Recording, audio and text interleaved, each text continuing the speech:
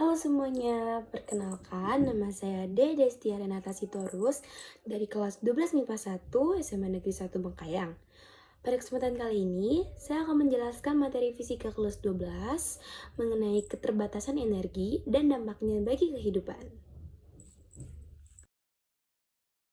Isi materi yang kita bahas adalah yang pertama, definisi sumber daya energi, yang kedua, definisi ketersediaan sumber energi, yang ketiga, jenis dan pemanfaatan sumber energi, yang keempat, energi fosil, yang kelima, ketersediaan sumber energi, dan yang terakhir yaitu solusi terhadap keterbatasan energi.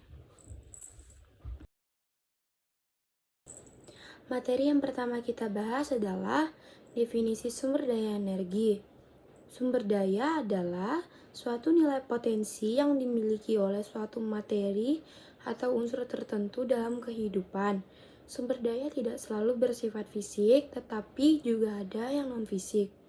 Sumber daya ada yang dapat berubah, baik menjadi semakin besar maupun semakin hilang. Dan ada juga sumber daya yang tetap atau kekal. Selain itu, dikenal pula istilah sumber daya yang dapat pulih atau yang biasa dikenal sebagai sumber daya yang bisa diperbaharui dan sumber daya yang tak bisa diperbaharui.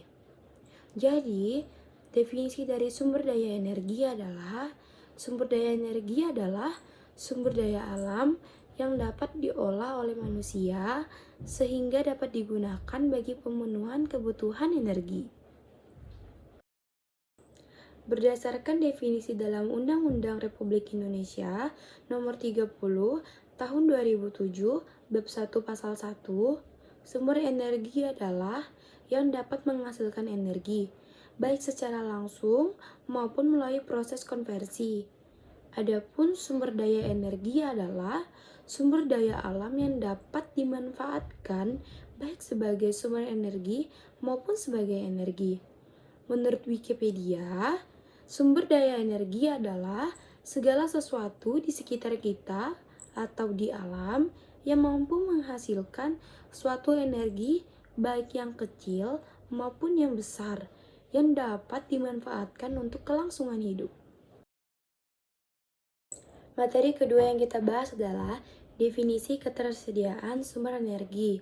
Ketersediaan sumber daya energi dapat kita artikan sebagai kemampuan manusia untuk mendapatkan sumber daya energi tersebut berdasarkan teknologi yang telah dikembangkan serta dengan cara ekonominya dapat diterima.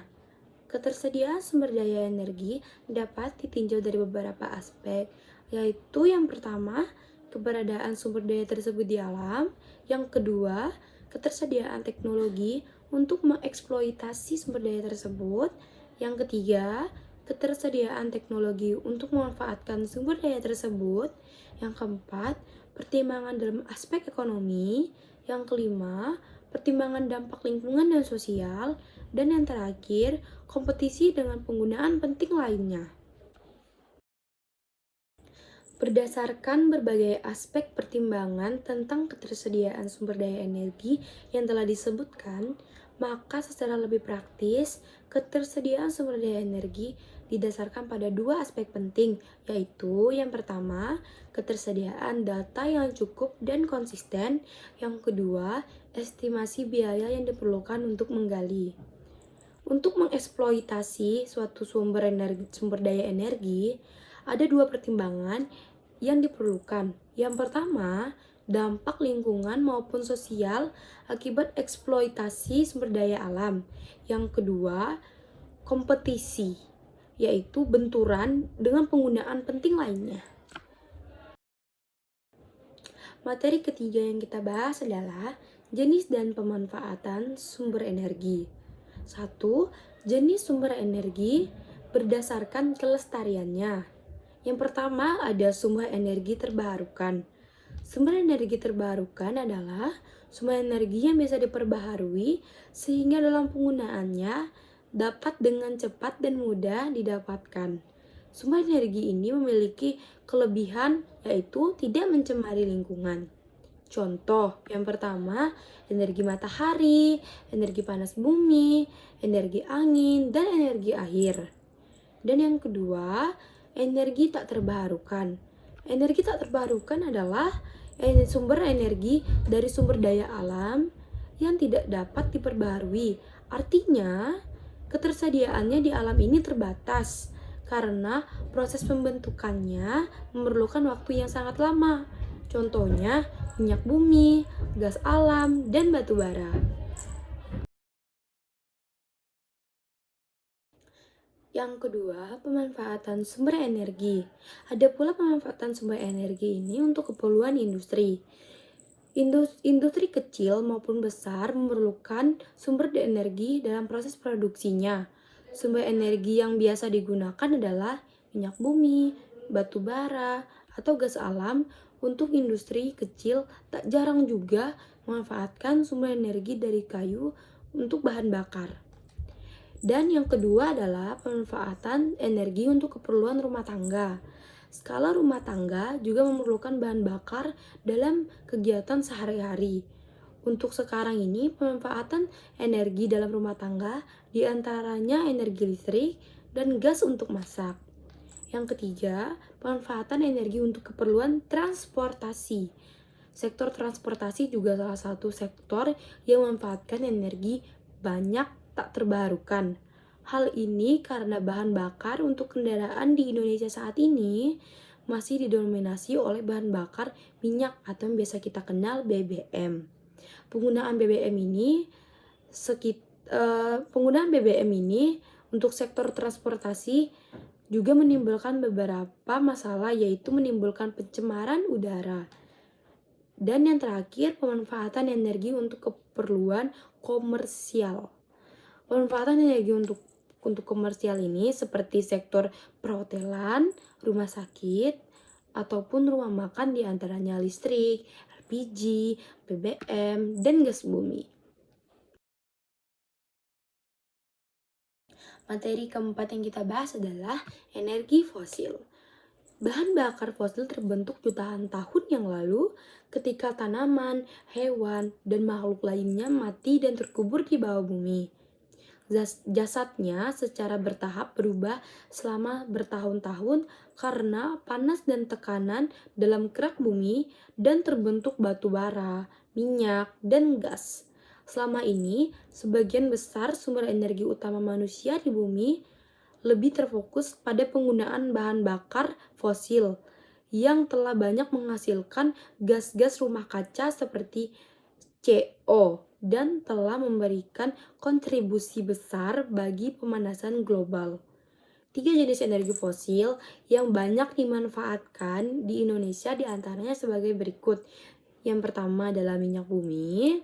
Minyak bumi ini merupakan cairan kental berwarna coklat gelap dan kehijauan yang mudah terbakar. Cairan ini juga sering disebut sebagai emas hitam yang berada di lapisan atas sebagian area yang ada di kerak bumi. Bahan kimia yang terkandung di dalam minyak bumi adalah berbagai hidrokarbon, sebagian besar dari seri alkana, dengan berbagai varian penampilan, komposisi, dan kemurian. Yang kedua ada batu bara.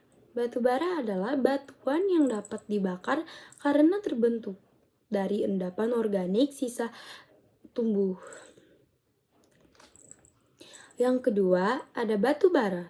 Batu bara adalah batuan yang dapat dibakar karena terbentuk dari endapan organik sisa tumbuhan yang kemudian dibentuk dengan proses pembatu baraan. Unsur-unsur kimia yang terdapat dalam batu bara adalah hidrogen, oksigen, dan karbon. Jenis batu bara pun ada 2 macam, yakni batu bara dengan pertambangan darat dan pertambangan terbuka. Batu bara merupakan bahan bakar yang digunakan sebagai bahan bakar untuk pembangkit listrik tenaga uap yang juga biasa digunakan dalam teknik peleburan logam dan industri. Yang ketiga, ada gas alam. Gas alam adalah metana, kadang-kadang dikenal sebagai gas rawa. Gas alam biasanya ditemukan di bawah tanah bersama dengan minyak bumi dan batu bara. Tetapi kadang-kadang terjadi dengan itu dan dipompa melalui pipa. Setelah dipompa keluar, kemudian diangkut ke tempat penyimpanan atau untuk keperluan rumah tangga. Materi kelima yang kita bahas adalah ketersediaan sumber energi. Hah?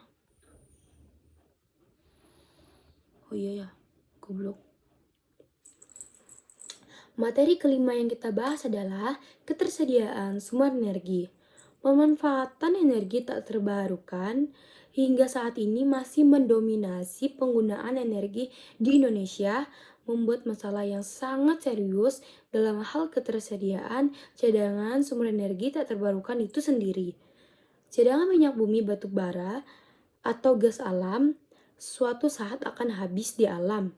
Ini jika dari sekarang kita tidak memperhatikan pemanfaatannya secara optimal. Berikut ada tabel yang menjelaskan dan memaparkan tentang energi fosil, minyak bumi, dan gas serta batu bara di Indonesia.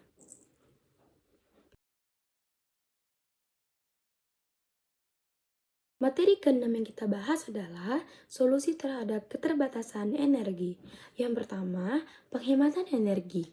Salah satu solusi untuk mengatasi krisis energi saat ini adalah dengan cara melakukan penghematan energi. Pemanfaatan energi fosil untuk berbagai kehidupan manusia sehari-hari sudah menjadi ketergantungan, sehingga agar menghindari permasalahan yang ditimbulkan akibat krisis energi, kita harus melakukan penghematan energi. Penghematan energi atau konservasi energi adalah tindakan untuk mengurangi jumlah penggunaan energi. Penghematan energi dapat dicapai dengan penggunaan energi secara efisien, di mana manfaat yang sama diperoleh dengan menggunakan energi lebih sedikit ataupun dengan mengurangi konsumsi dan kegiatan yang menggunakan energi. Penghematan energi dapat menyebabkan berkurangnya biaya serta meningkatkan nilai lingkungan, keamanan negara, keamanan pribadi, dan kenyamanan. Selain itu, dengan mengurangi emisi, penghematan energi merupakan bagian penting dari mencegah atau mengurangi perubahan iklim. Penghematan energi juga memudahkan digantinya sumber-sumber tak terbaharui dengan sumber-sumber yang dapat diperbaharui. Penghematan energi merupakan cara paling ekonomis dalam menghadapi kekurangan energi dan cara yang lebih ramah lingkungan dibandingkan dengan meningkatkan produksi energi. Berikut langkah-langkah sederhana dalam kehidupan sehari-hari untuk menghemat energi.